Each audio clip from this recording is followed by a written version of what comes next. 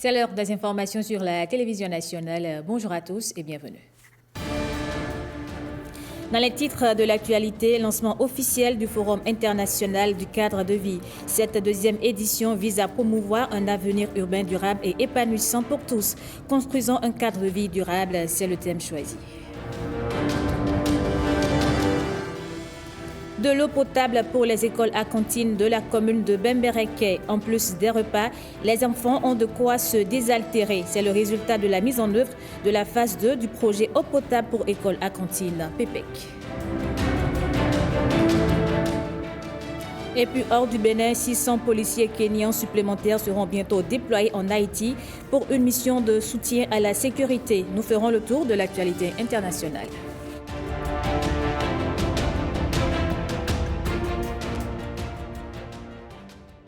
Bonjour à tous et bienvenue dans ce 13h. La deuxième édition du Forum international du cadre de vie est lancée. Cette rencontre internationale vise à promouvoir un avenir urbain durable et épanouissant pour tous. Construisons un cadre de vie durable, c'est le thème choisi. Le point de la cérémonie de lancement officielle avec Renaud Akapo, Marcel Arrossi et Mathieu Sokeno. Des lambris dorés, dans un décor de prestige pour célébrer l'habitat. Tout est réuni sous le dôme du Sofitel pour marquer d'un sceau solennel la deuxième édition du Forum international du cadre de vie. Rendez-vous annuel des experts et autres professionnels du secteur, cet événement se veut être une référence en matière d'architecture, d'urbanisme, de logement et de toute autre thématique liée aux espaces et à leurs aménagements. Comme vous le savez, la qualité de vie et la durabilité environnementale sont au cœur des préoccupations contemporaines. C'est pourquoi le Forum international du cadre de vie se veut une plateforme dynamique pour échanger des idées et des bonnes pratiques, promouvoir des politiques et des actions durables et renforcer les partenariats publics-privés. Cette cérémonie de lancement marque le point de départ de plusieurs jours d'échanges, d'innovation et de découverte autour de l'habitat et de l'urbanisme. Au Bénin, nous sommes mobilisés depuis avril 2016 pour bâtir un cadre de vie décent pour chaque Béninois où qu'il se trouve. La transformation qualitative rapide de notre cadre de vie surprend non seulement les Béninois, mais surtout nos visiteurs. Le projet asphaltage va permettre d'aménager plus de 450 km de voiries urbaines assainies.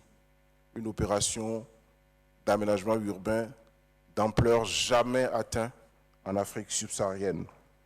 Pour la première fois, et certainement dans notre sous-région, un programme de construction de plus de 10 000 logements économiques et sociaux est en cours de réalisation à Rouedo, à Abomey-Calavi, mais aussi à Parakou, à Porto Novo, à Alada et à Ouida, et la commercialisation va démarrer de façon imminente. 35 marchés urbains régionaux, la cité ministérielle, la protection de la totalité de notre côte maritime contre l'érosion, autant de projets qui ont intégré de façon responsable les questions environnementales et d'adaptation au changement climatique. Pour le ministre d'État en charge du développement, des idées novatrices et des initiatives durables convergent pour façonner le cadre de vie de demain. Et le gouvernement s'y emploie avec méthode et détermination. À cette étape, nous pouvons affirmer que le pari est gagné et que cette grande rencontre annuelle qui célèbre le cadre de vie est désormais actée. C'est à Cotonou, c'est à Ouida, c'est à Porto-Novo, c'est à Parakou, c'est à Natitengu. Partout où vous allez aujourd'hui, les populations peuvent en témoigner. La construction des logements, des marchés, des cités administratives, des hôpitaux, des stades et bien sûr des écoles et des centres de santé. Pour sa deuxième édition, ce forum international étraîne plusieurs temps forts comme la table ronde, les conférences débats, les stands d'exposition et la nuit de l'habitat, un dîner de gala dédié à la célébration de l'excellence et de l'innovation dans le domaine de l'habitat et de l'urbanisme. Et puis, cette rencontre offre à ses visiteurs la possibilité de trouver en un seul lieu des offres complètes et de qualité dans tous les secteurs de l'habitat. Quelques-uns se prononcent ici sur les grands enjeux liés à cette rencontre au micro de Renaud Akapo et Mathieu Sokeno. Le forum sur le cadre de vie est essentiel puisqu'il s'agit de notre cadre de vie. Comment devons-nous faire pour que l'urbanisation porte les promesses? La ville durable et inclusive, c'est un projet sociétal qui est éminemment culturel. Nous n'avons pas besoin de villes qui soient des clones d'autres villes. Nous avons besoin de nous inspirer de qui nous sommes pour que la ville soit durable et inclusive. Très intéressant pour le secteur, notamment parce qu'il permet de réfléchir autour de sujets extrêmement sensibles liés à l'amélioration du cadre de vie de nos populations au Bénin, en Afrique et ailleurs, de mettre en lumière des projets qui sont exécutés, des recherches qui sont en cours, que ce soit dans le cadre de la mobilité urbaine, dans le cadre de la gestion des déchets, également dans le cadre de l'utilisation de matériaux locaux. Donc à travers sa tâche, comme le ministre l'a précisé, nous travaillons pour le cadre de vie, pour que les populations aient des meilleurs cadres de vie. Et nous sommes dans le Bénin pour travailler, directement faire les routes et faire les canalisations. Ça permet de pouvoir participer directement ou indirectement au cadre de vie. C'est ce pourquoi nous sommes là. Donc à travers tous ces travaux que nous avons fait au niveau des routes, pour pouvoir permettre de juguler le problème de bouchons sur les voies de Calavi et tout autre. Donc à travers tous ces travaux que nous faisons au niveau des Portéos, nous pouvons participer humblement au cas de vie, à l'amélioration du cas de vie au niveau du Bénin. Pour garantir des conditions de vie décentes aux professionnels des médias dans de véritables entreprises de presse au Bénin, le gouvernement s'y active avec la réforme des médias. Le haut commissaire à la prévention de la corruption partage aussi la préoccupation. Il était à la HAC pour en discuter avec le président Édouard Loko. Voici un extrait de ses propos au micro de Alessandra Diotan. Il est partagé. Merci. Comment peut-on parler de liberté de la presse quand on sait que les acteurs ne sont pas indépendants? Quand les acteurs, c'est-à-dire les journalistes que vous constituez, les techniciens, ne vivent pas dans de très bonnes conditions de vie, de bonnes conditions de travail. Et je ne vous apprends rien. Lorsque vous n'avez pas les conditions qu'il faut pour travailler, nécessairement, il y a la dignité qui se perd. Et ça conduit vers la corruption.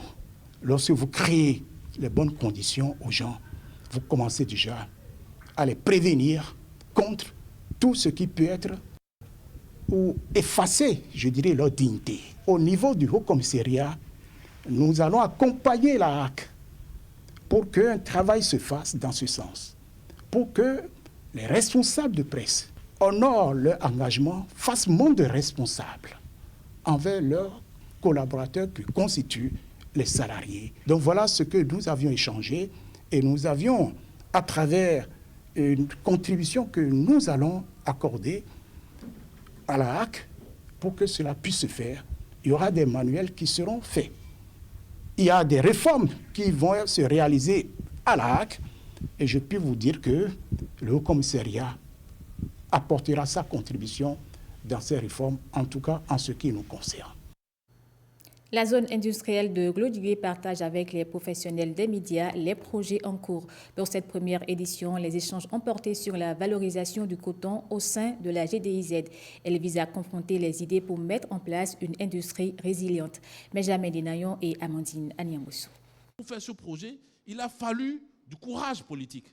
La zone industrielle de Glodigué est aujourd'hui un dispositif important de l'économie béninoise. Elle suscite assez d'engouement auprès des investisseurs.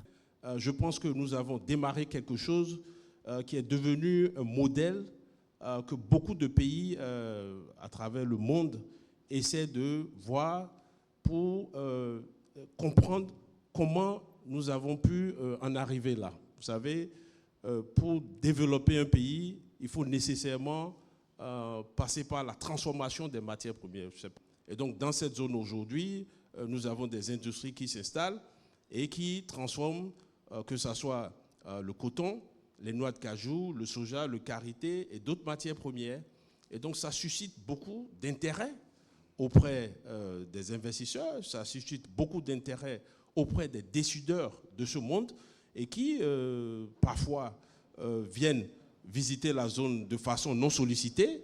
Les échanges presse, une tribune pour partager avec les professionnels des médias les réalités de la GDIZ. Et pour cette première édition, la valorisation du coton au sein de la zone industrielle a retenu les attentions. Les industries qui sont dans la zone et qui transforment le coton achètent ce coton auprès des égreneurs et ils les transforment. Donc ce coton provient de nos champs en République du Bénin. Nous avons 3 unités intégrées de textile qui sont opérationnelles dans la zone, qui ne transforment que 12,7% de notre production. Donc ça fait 40 000 tonnes. Donc il y a le reste qui est disponible, mais qui continue d'être vendu à l'exportation. Nous allons travailler pour attirer d'autres investisseurs, pour installer d'autres unités intégrées de textile dans la zone pour pouvoir transformer la totalité de notre production de fibres. La société d'investissement de promotion de l'industrie ambitionne réitérer l'initiative afin d'exposer les avantages que le Bénin tire de la GDIZ pour son développement. Le projet d'appui au secteur agricole pour une transition agroécologique vient d'être lancé. Il se veut une réponse aux nouveaux défis du développement du secteur agricole. Le projet est porté par le CIRAD et financé par le ministère français de l'Europe. Saint-Tige Kempon et Ramatou Lawani. Le FISLAE se définit comme l'appui aux filières et semences des légumineuses pour une transition agroécologique. Ce projet vise à établir un système semencier efficace et durable pour une diversité de légumineuses.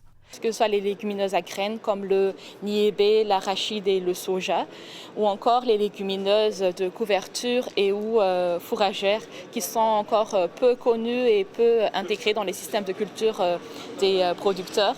De nos jours, nous sommes affectés aux effets néfastes du changement climatique où nous ne maîtrisons rien sur la production.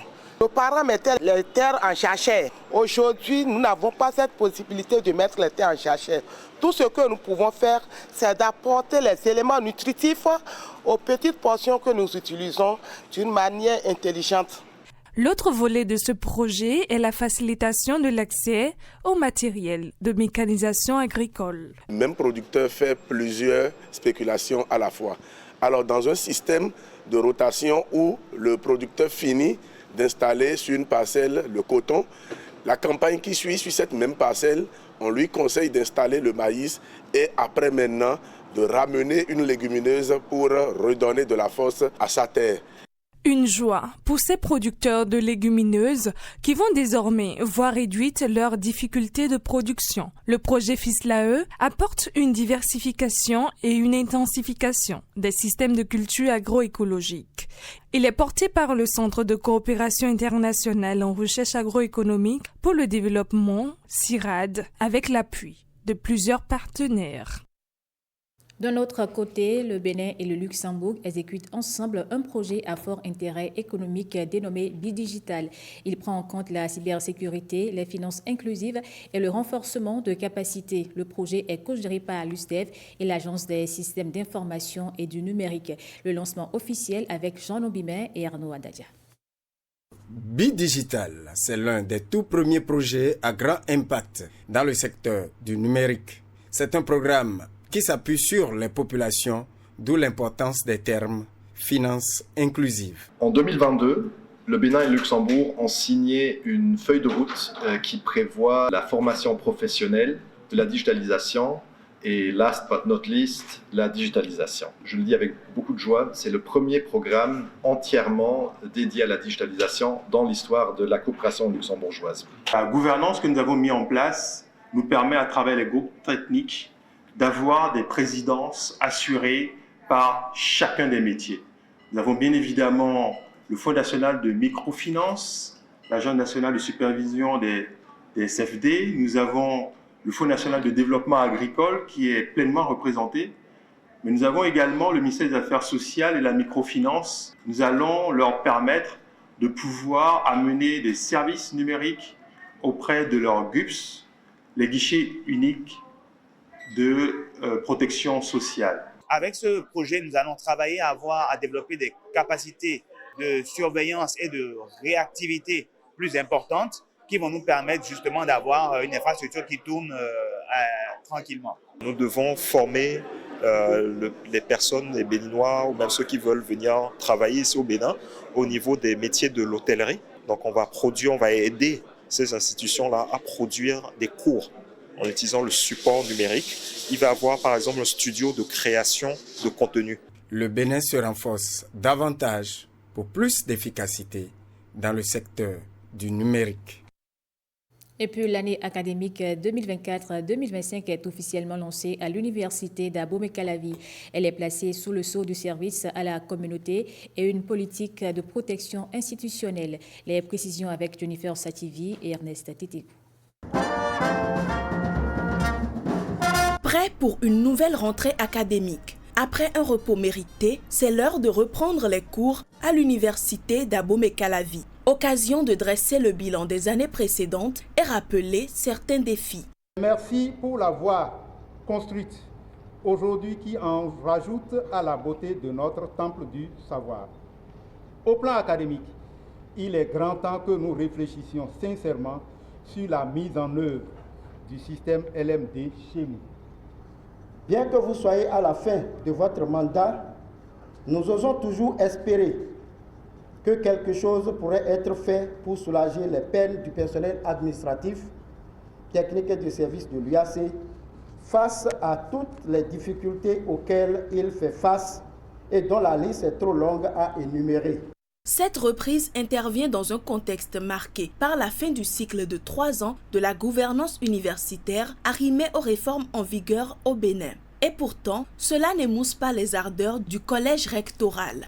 Nous allons continuer maintenant de chercher les solutions à ces différents problèmes que vous avez évoqués et que nous connaissons. En tant qu'institution dédiée à la formation de haut niveau, à la recherche scientifique de qualité, l'université d'Abomey-Calavi nous engage à briser les défiances et les barrières mentales. Voilà pourquoi nous avons choisi pour la leçon inaugurale de cette rentrée académique 2024-2025 le sujet suivant, intelligence artificielle générative dans le système éducatif, opportunités et défis pour le Bénin. Un thème qui vise à démontrer en quoi l'intelligence artificielle peut être une boussole pour un secteur éducatif à l'ère du temps.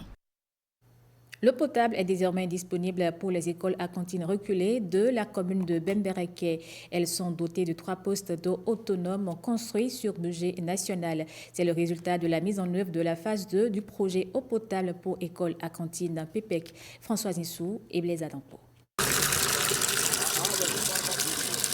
L'eau, ce n'est pas de plaisir, ce n'est pas un luxe. Eau potable, besoin fondamental désormais assouvi en qualité et en quantité dans les écoles primaires publiques de Gorobani, de Gbian et de Kabanou. Pour ces établissements de Bembereke, l'eau n'est plus un casse-tête pour préparer les repas à cantine, ni à aucun moment pour les écoliers de passer à table. Avec l'arrivée de l'eau là, les enfants ne tombent plus malades comme avant, les maux de ventre et puis les pieds d'athlète aussi. Préparer, avoir l'eau de boisson, même si c'était des difficultés.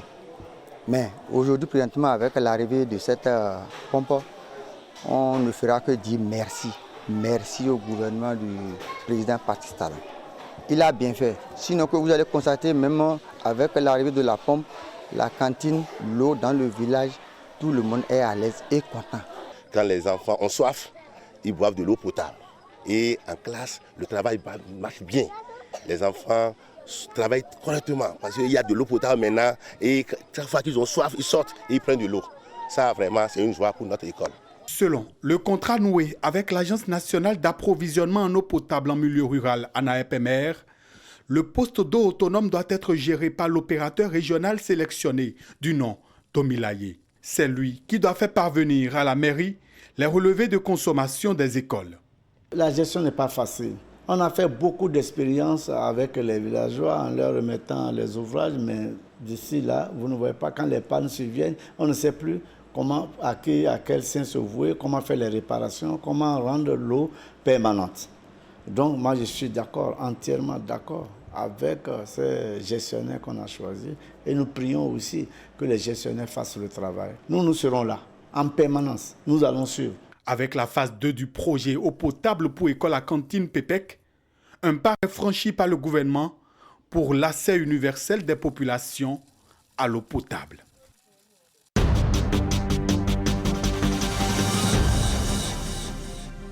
Franck Adomolekpo, devenu accidentellement aveugle, abandonne la mécanique et l'artisanat et l'art de tissage. Une combinaison sanctionnée par un prix international et reconnue par le gouvernement béninois. La ministre des Affaires sociales est même allée le voir en plein travail dans son atelier à Djefa. Alexis Kenom et Patrick Djossou nous plongent ici dans l'univers d'un artisan non-voyant éclairé. Du raffia. Ici manié par des mains qui savent voir l'utilité de cette fibre textile fournie par un palmier de fortes tiges et de longues feuilles. Savoir voir? Non. Les deux yeux de ces deux mains ne voient plus du tout depuis plus d'une quinzaine d'années suite à un accident qui a coulé la bielle du moteur visuel de ce mécanicien de formation. Bienvenue à l'atelier de Franck Art. Je m'appelle Franck Adomolekpo. Je suis personne handicapée visuelle, je ne vois pas du tout. Je suis dans la commune Samekoudi, précisément à Djefa. Je suis un artisan, tressage de chaises et la table modernisée, et essuie-pieds, et petits sellettes et des guéridons tissés avec des cordes lafia. Chaises et 2 jours à l'eau. Cette chaise se confectionne en 2 jours. 8 chaises avec table s'achèvent en 2 semaines. Avec le menuisier qui lui fournit les cadres des meubles, il respecte le délai des commandes faites par les clients. Connu au plan national, Franck est reconnu maintenant au plan international. J'ai participé au foire SNAB, qu'on a organisé à Kadian en 2023. Après cela, on a encore organisé un grand salon international, Miato, au Togo. Franck aussi a participé à ce salon international. C'est 3 pays qui viennent de sortir. C'est Mali qui est le pays invité d'honneur. C'est Mali qui a eu le premier prix. Et Togo qui est le pays organisateur. Togo qui a eu le 2e prix. C'est Bénin qui a eu le 3e prix. C'est grâce à Franck Adomolekpo qui a eu le 3e prix. Là où je suis lauréat, prime de l'innovation. Gratitude de Franck à la ministre qui, telle Sainte Véronique essuyant le visage ensanglanté de Jésus portant sa croix, est venue essuyer les larmes de ses yeux sans vie. Je salue Madame la ministre Véronique Toinfodé qui s'occupe de l'affaire sociale. Merci Madame la ministre. Ce que j'ai vu depuis 2 ans me fait plaisir. Il nous fait honneur, il fait honneur à tout le Bénin.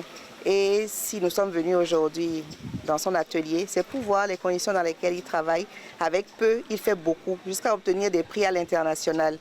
Et c'est la concrétisation de la vision politique forte du gouvernement du président Patrice Talon. Favoriser l'inclusion sociale des personnes handicapées, aider à améliorer leur employabilité. Gratitude de Franck au chef de l'État qui, tel Saint Patrice évangélisateur de l'Irlande, convertit ce non-voyant en une personne qui voit très loin. Si d'autres le gouvernement qui s'est passé là, qui fait comme Talon, les personnes handicapées aussi vont devenir quelque chose. La vision formelle rituelle est inférieure à la vision intellectuelle et spirituelle. Chez Franck Art, à Djefa, une localité au sud Bénin, on voit un non-voyant venir des ténèbres pour devenir artisan de raffia et artiste d'une rafale de rire. Celui qui ne voit pas, il voit que comment le pays est maintenant, ça va. Et ceux qui voient là disent que le pays ne va pas. Pourquoi?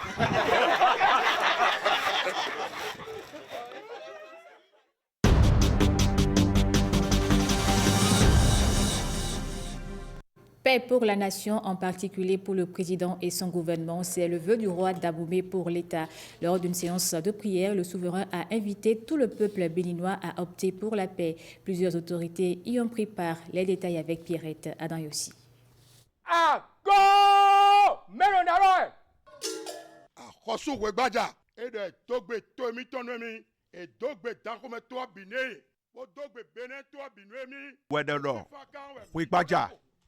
Adresse à toute la cour et à toute la population d'Abomey et du Bénin ses sincères salutations.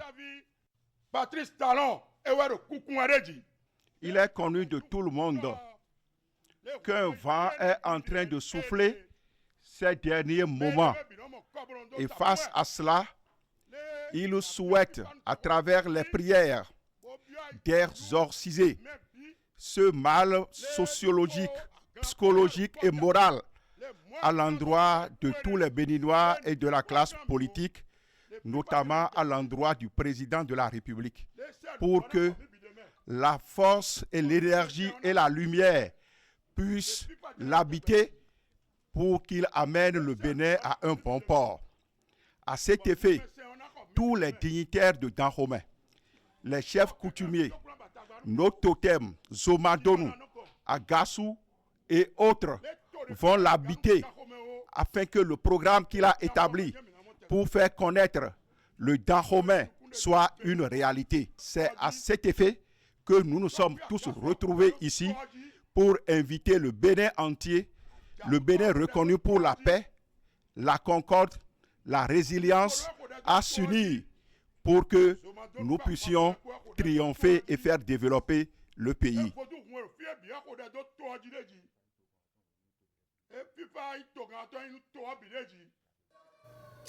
Le recours à l'arbitrage et à la médiation comme solution au règlement des litiges commerciaux, le Centre d'arbitrage, de médiation et de conciliation CAMEC Bénin s'évertue à le démontrer depuis sa création. Les acteurs du monde des affaires ont tout intérêt à lui faire recours avant de songer aux tribunaux. La cérémonie marquant la rentrée solennelle du CAMEC avec Bénédicte Possou et Alessandra Jotan. Le litige naît du désaccord, d'une contestation entre deux ou plusieurs parties. En général, il donne lieu à procès, mais à côté du recours judiciaire, il existe des méthodes alternatives de règlement. Les modes alternatifs de règlement des litiges, en particulier l'arbitrage, la médiation et la conciliation, offrent une flexibilité et une rapidité que les procédures judiciaires traditionnelles ne peuvent souvent pas garantir. Ils permettent de résoudre les conflits de manière consensuelle en privilégiant le dialogue et l'écoute dans un cadre qui respecte la confidentialité et l'équité. À l'occasion de cette rentrée judiciaire du CAMEC Bénin, la conférence inaugurale animée par l'actuel président de la Cour constitutionnelle est axée sur les défis du centre. Ancien garde des Sceaux, expert du droit des affaires et ancien secrétaire permanent de l'OADA, Dorothée Sosa, partant de la jeunesse du CAMEC, va rappeler aux arbitres et médiateurs l'étendue de leurs tâches tout en prodiguant des conseils. La seule chose à faire, c'est de développer donc l'intérêt de tout entrepreneur par rapport à ce que vous faites. Quand on voit les avantages des modes alternatifs, ça ne se discute pas au niveau des milieux d'affaires qui ont bien compris ce que c'est. Les méthodes alternatives de règlement de litige allient rapidité et efficacité, gage de sécurité juridique pour les investisseurs.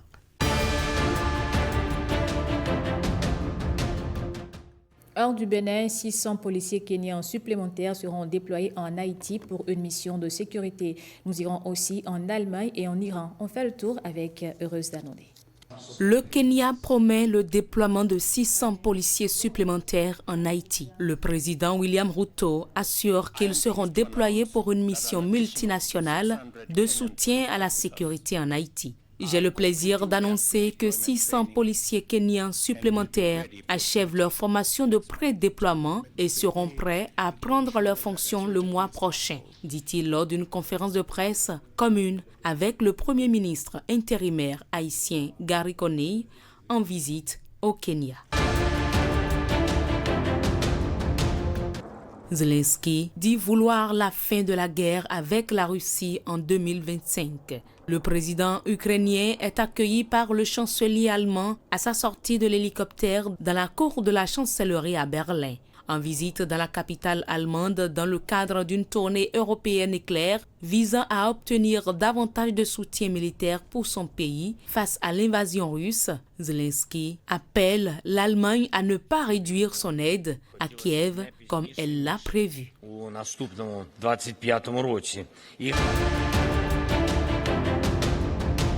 Les relations avec l'Iran sont une priorité pour la Russie, déclare Vladimir Poutine. Nous travaillons activement ensemble sur la scène internationale et nos évaluations des événements dans le monde sont souvent très proches, affirme-t-il à son homologue iranien Massoud Pezeshkian.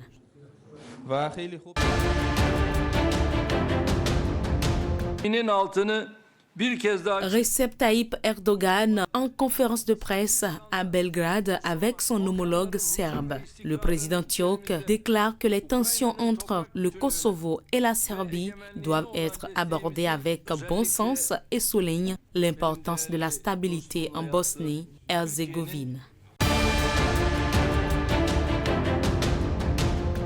Et voilà qui met un terme à cette édition du journal. Merci à vous de l'avoir suivi. Je vous retrouve à 19h avec plaisir.